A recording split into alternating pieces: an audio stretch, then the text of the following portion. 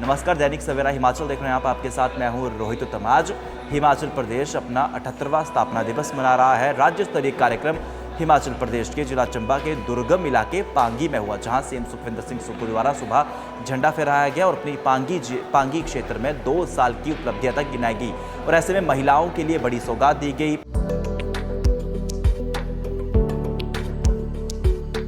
सुदृढ़ ग्रामीण अर्थव्यवस्था के संकल्प को मुख्यमंत्री ठाकुर सुखविंदर सिंह सुक्खू दृढ़ प्रयासों से कर रहे साकार। हिमाचल ने दूध खरीद पर समर्थन मूल्य देने वाले देश के पहले राज्य के रूप में बनाई पहचान। गाय के दूध के न्यूनतम समर्थन मूल्य को 32 रुपए से बढ़ाकर 51 रुपए प्रति लीटर और भैंस के दूध के समर्थन मूल्य को 47 रुपए से बढ़ाकर 61 रुपए प्रति लीटर किया। पहले जो सरकार हमसे गाय का दूध 45 रुपए लेती थी और बढ़ाकर 51 रुपए कर दिया है, और जो भैंस का दूध था वो 54 रुपए लेकर और 61 रुपए कर दिया। मैं पशुपालक होने के नाते सरकार की सराहना करती हूँ, जो कि हमारी आय का भी साधन बढ़ा है, और मैं सरकार का धन्यवाद करती हूँ। 2 किलोमीटर से अधिक दूरी के कलेक्शन सेंटर तक दूध ले जाने के लिए 2 रुपए प्रति लीटर की दर से परिवहन सब्सिडी की दी जाएगी सुविधा। दूध सोसाइटियों को दी जाने वाली भाड़ा सब्सिडी को 1.5 रुपए प्रति लीटर से बढ़ाकर किया गया 3 रुपए प्रति लीटर। 10,73,27,000 रुपए से कांगड़ा, मंडी, शिमला, सिरमौर और सोलन जिले में डेयरी क्षेत्र का किया जाएगा विकास। नाहन, नालागढ़, मौल और रोहडू में 20,000 लीटर प्रतिदिन क्षमता के नए 4 संयंत्र और 2 मिल्क चिलिंग सेंटर ऊना और हमीरपुर में किए जाएंगे स्थापित।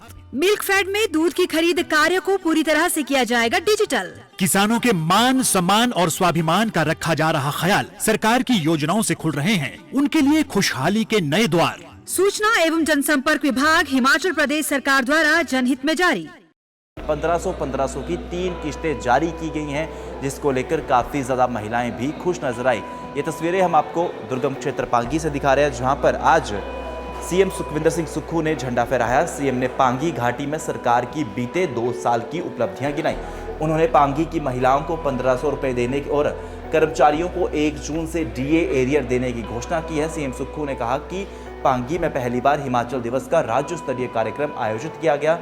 उन्होंने कहा कि इस अवसर पर यहां की पात्र महिलाओं को 1500 रुपए की 3 किस्तें एक साथ जारी करने की घोषणा करता हूं। सीधा सुनिए सीएम सुक्खू ने क्या कुछ कहा। पांगी घाटी में हिमाचल दिवस मनाने के पीछे मुख्य उद्देश्य ये है कि जो हमारे दूर दराज के क्षेत्रों में रहने वाले लोग हैं, पहले तो वहाँ के जीवन यापन को समझने की जरूरत है और वहाँ की समस्याओं को समझने की जरूरत है। हमने पहला अपना हिमाचल डे जो था हमारी सरकार बनने के बाद चाइना बॉर्डर के स्पीति में बनाया था और वहाँ की समस्याओं को समझा। वहाँ उस समय बिजली की समस्या थी, तो 2 मेगावाट का सोलर पावर प्रोजेक्ट वहाँ लग गया है।